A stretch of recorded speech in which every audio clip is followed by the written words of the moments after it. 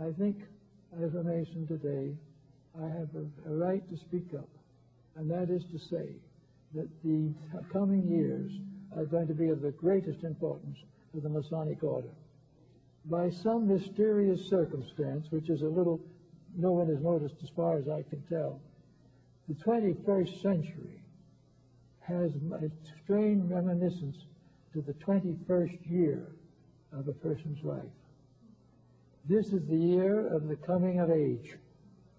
It is at that time that theoretically the person adult is an adult. So on the 21st birthday of a nation, something very important must be considered.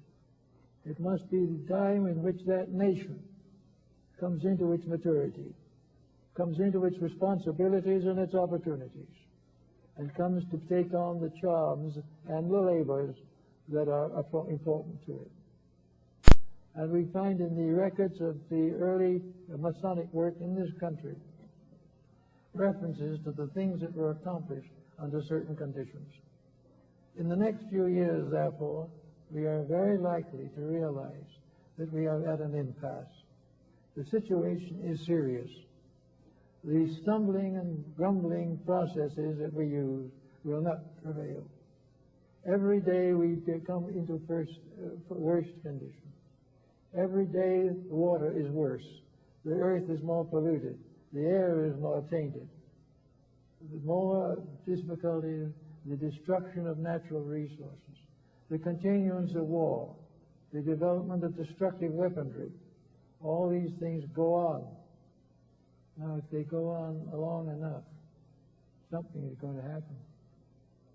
Something is going to remind us that man does not have the right to destroy that which he did not create. He has not the right to take a beautiful world with all its privileges and opportunities and turn it into a purgatory. Every day we read the paper, there is more selfishness, more cupidity.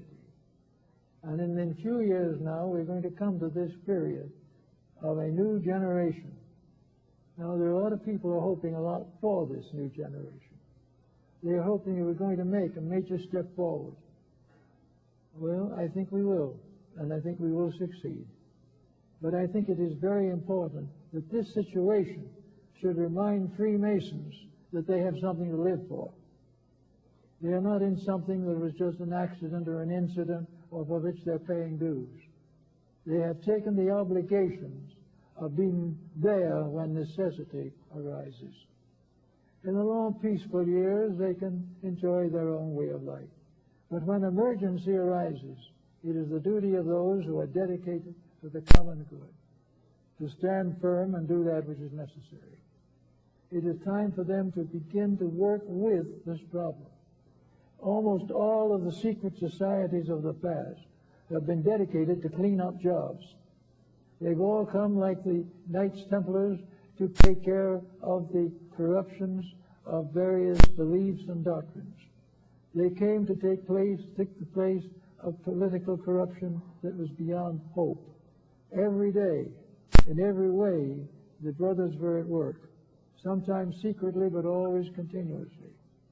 And in the next period of time, it seems to me we have Masonry's coming of age. Whether we realize it or not, it has been with us in one way or another for over 4,000 years. It has led us through many desperate emergencies. It has given us the strength to do great things. It has given us Washington and Franklin and Jefferson. It has given us all kinds of disciplined support. It has given us great ideals and great hopes and great visions. And now comes the time when these have got to be put into action. There is no reason why there should not be a powerful reuniting of the light of Masonry in the hearts of every Freemason. We're not asking for treason. We're not asking for disobedience. We're asking for dedication. We're asking the nation to get down and do what is necessary and possible for him to do.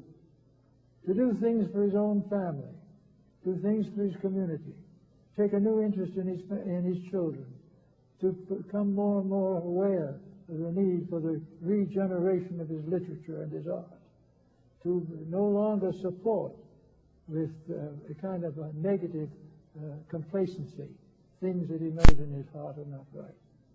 We don't ask him to do anything violent, but we think it would be very good for him to stop doing those things that he does not have to do, because those things which are not consistent with Masonry are not for him. We know that a great time is coming, that Masonry is no longer going to drift along. Masonry is not going to do little nice things. It is going to keep on its great charities, of course, but it is also going to become a personal problem, a personal matter, with every Mason thinking in terms of his own son and his own daughter. Every Mason unwilling to support that which he cannot consider to be ethical. The time is definitely here, and in this coming century, we're either going to have to make this adjustment or we're going to find a very serious collapse on our hands. If we do not make this century, our natural resources will be so distorted and diminished that we will be in great difficulty. There may be more wars and rumors of wars, but these can be avoided. There can be and should be what Nostradamus' seer pointed out. He said in the closing years of the 20th century, there will be great confusion and sorrow and misery upon the earth, and great wars and troubles. But at the beginning of the 21st century, the Paraclete, the Prince of Peace, will come, and there will be a long time when the world will be in a blessed state of understanding. And to bring that understanding about, the integrities, the dedications, the beliefs, the hopes and ideals of the secret organizations of the last 5,000 years can be brought together in one definite purpose. There is one definite purpose, as we find God has given America to be free.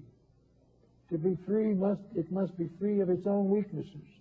It must be free of a sort of lazy situation that is not mindful of the sale of munitions to other nations, that is not able to control the development of these destructive forms.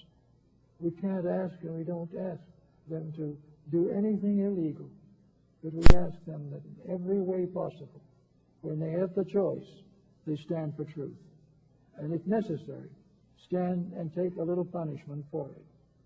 Because from the beginning of time, Freemasonry has been punished for its love of truth. But out of its punishment came the United States. We were founded by Masonic pressures. We were founded by Masons. We were founded by some of the best minds of our time, the most dedicated minds of our time. We were founded by people who sacrificed much and also gave their lives in many cases. But we came through. We came through because of a definite determination that the way of light shall prevail. Therefore, it is very important to us to make sure that this light does prevail, that it goes on to help us with all the things that are necessary for us to do in order to keep this world going. Now, in this particular case, we have education to think of. And this is close to the heart of Mason. We have the great need for the restoration of idealism as the basic agreement of element of survival. We have a great need and a great determination that all these things that are happening shall be lessons well learned and not lessons rejected. As we go back over other nations and other places, we also see fine things that they did and things that we could possibly do to help. I think we can all remember with some measure the struggle of the 17th century, which was probably one of the most interesting periods. Masonry was there under its own name. There's no question about that. It was the day of the alchemists. It was the day of the Illuminati. It was the day of all the mysteries and symbols of the Rosicrucians. It was a time in which society was attempting to transmute itself. It was seeking to turn base metals into gold, ignorance into wisdom, false doctrines into truth. And a mysterious order appeared at that time, It has never been completely identified, but it published certain manifestos telling the world that there were those who were behind the scenes who were working and would continue to work, have never ceased working until the great labor had been accomplished. The great transmutation of alchemy is the transformation of selfishness into integrity, the transformation of selfishness and all that it pertains to into the unselfish light of truth. We shall see people for the first time as brothers. We shall recognize forever the dangers of wealth, the dangers of misunderstanding. We shall know definitely that we are capable of bringing back the golden age by lifting ourselves out of this age of gold.